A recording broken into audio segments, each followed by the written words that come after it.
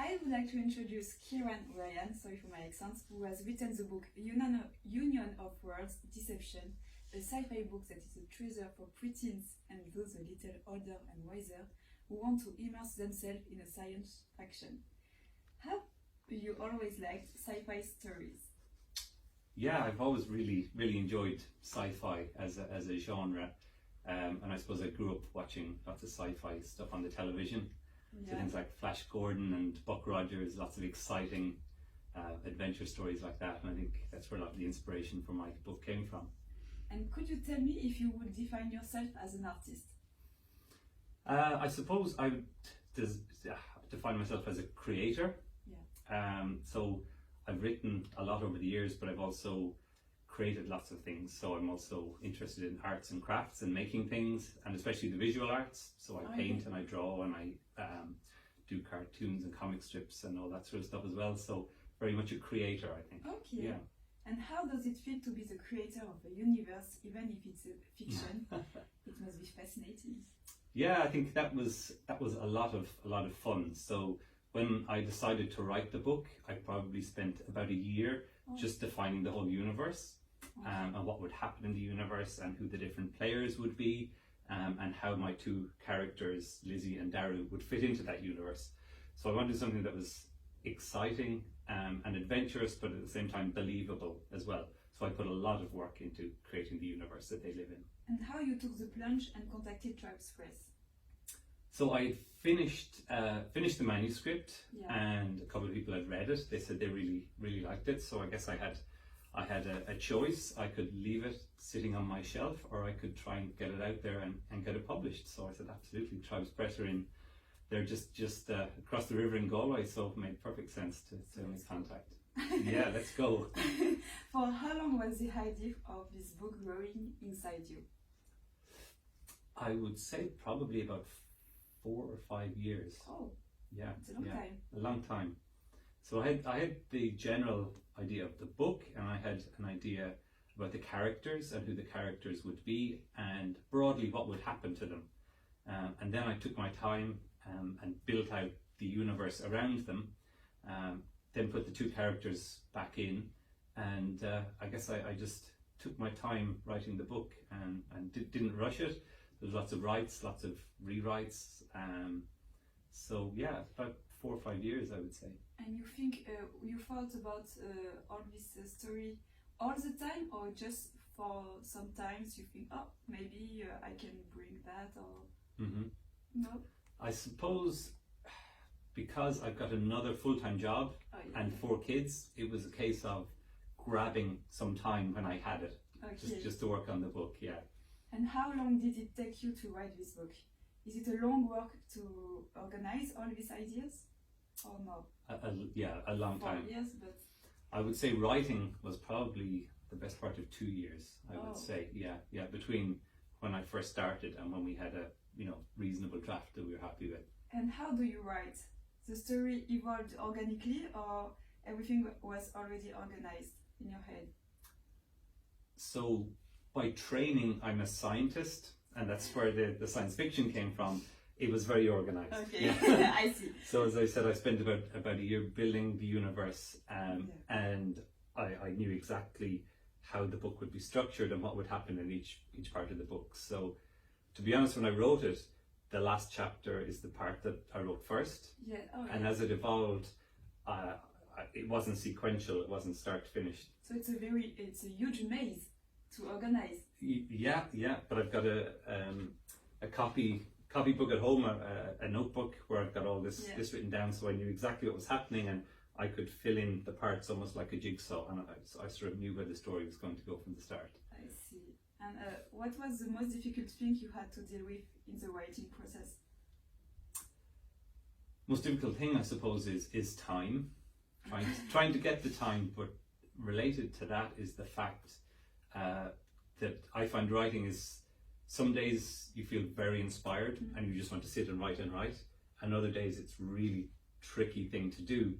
So if you have a period of time where you can write and it's not coming, that's tough to deal with.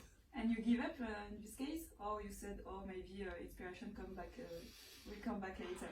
I think what I tried to do was, in those periods, try to do something useful and positive. So maybe read back over something else that I've written, and rather than writing something new, improve the parts that I'd already completed. So, my question is, where does your inspiration come from? So I think what finally got me to write the book was my own kids.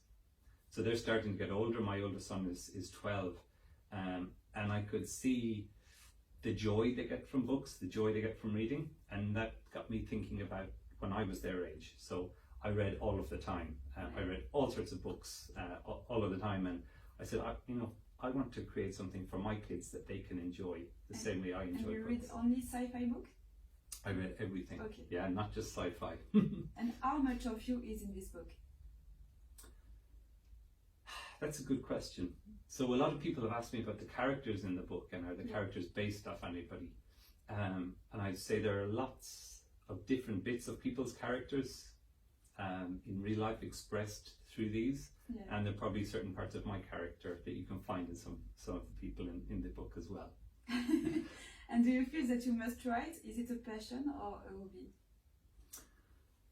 It's both, I suppose. As I said at the start, I have to create things all of the time. It's not something I have a choice about. I have to be creating. So whether it's writing or painting or doing something, I have to express myself in some creative way. So it's not a choice.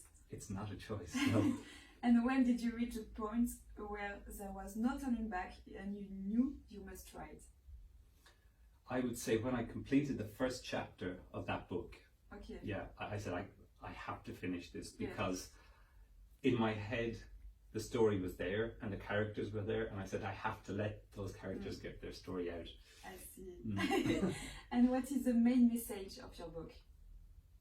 So I think the underlying theme of the book is about friendship and support, but also having the strength to make the right decisions even when it's a hard thing to do. And I think you can see that theme throughout the book. So, it's easy to do the right thing when everything is going great, but when things are really bad, have you got the strength inside to make those decisions? Sometimes you don't have the choice to be strong. You have to be strong. Mm-hmm. And sorry. And if you had to summarize your book in one sentence, what it would be? All thriller, no filler. How's that? Okay. And how did you feel when you held your book for the first time? Brilliant. Yeah, absolutely. I'm so happy with the way the book turned out, and especially the cover as well, I think, which really sums up the book, and the sense that you've got these two characters who could be anybody. We purposefully didn't want to reveal their faces, so when the reader reads the book, they can put themselves in the place of the two heroes, and just looking into this strange, exciting world and all the things that are going to happen to them. So really excited. And why should people read your book? I would say if you are looking for an exciting adventure book that's going to keep you reading, so it's 12 o'clock at night, you should go to sleep, I'm just going to read one more chapter, that's the book for you. So because it's going to entertain you, I think, if you read the book. And have you an idea for another book now? I do. As I said at the start, I built this huge universe, and in my head I have a clear idea of what's going to happen and what will happen next to these two characters. So the second book is written in my head. I just have to put it down on paper now. So we have to wait 5 years now, or?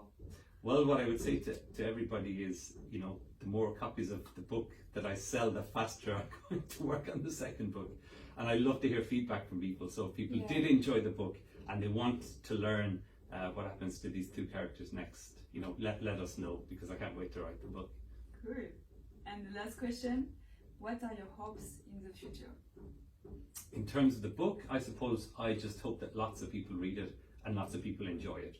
So that was my one aim with this book, to write a book that people will enjoy and will entertain them. So we all live in a very busy world today, and I hope when people read the book that it'll give them an escape from the world, just for a little period of time, escape into another world, have a bit of excitement, a few thrills, lots of twists and turns, Yeah. And that's my hope with the book.